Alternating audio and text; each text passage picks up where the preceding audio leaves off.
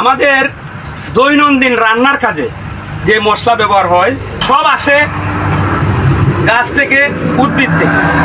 এর মধ্যে একটা মশলা হলো দারুচিনি। এই যে আমার সামনে যে গাছটি দেখতে পাচ্ছেন, আপনাদের অনেকের মনেই প্রশ্ন থাকতে পারে যে এই গাছটার বংশ বিস্তার আমরা কিভাবে করব। এর বংশ বিস্তারের সহজ মাধ্যম হলো এই যে দেখেন জুর কলম। জুর কলমের মাধ্যমে এর বংশ বিস্তার করা যায়।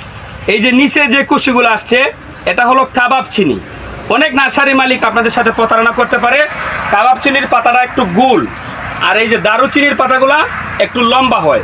আপনারা এটাকে দেখে তারপরে চারা নেবেন, তাহলে আর প্রতারিত হবেন না। এখন আমার কাজ হলো কি, এই যে দেখেন এই জয়েন্টটা একেবারে কিন্তু লেগে গেছে, তারপরও পলি দিয়ে বাইরে রাখা হয়েছে। তার কারণ হলো একেবারে পাকাপুক্ত হয়ে যাক জয়েন্টটা। এখন আমার কাজ হলো এই যে নিচে যে কাবাব চিনির কুশিগুলো আসছে এগুলাকে ভেঙে দেওয়া। যারাই দারুচিনির বংশ বিস্তার করতে চান, দারুচিনির গাছের সাথে যদি আপনি কাবাব চিনির রুট দিয়ে আপনি যদি এটাকে জুর কলম করেন, তাহলে এক গাছ থেকে অনেকগুলা গাছ তৈরি করতে পারবেন। যেমন এই যে দেখে আমি এই ডালে একটা করতে পারবো, এই ডালে একটা করতে পারবো, আমার মেন গাছটা থাকবে, এখান থেকে আরো কয়েকটি চারা তৈরি হয়ে যাবে। আশা করি বুঝতে পারছেন। ভালো থাকবেন। আল্লাহ হাফেজ।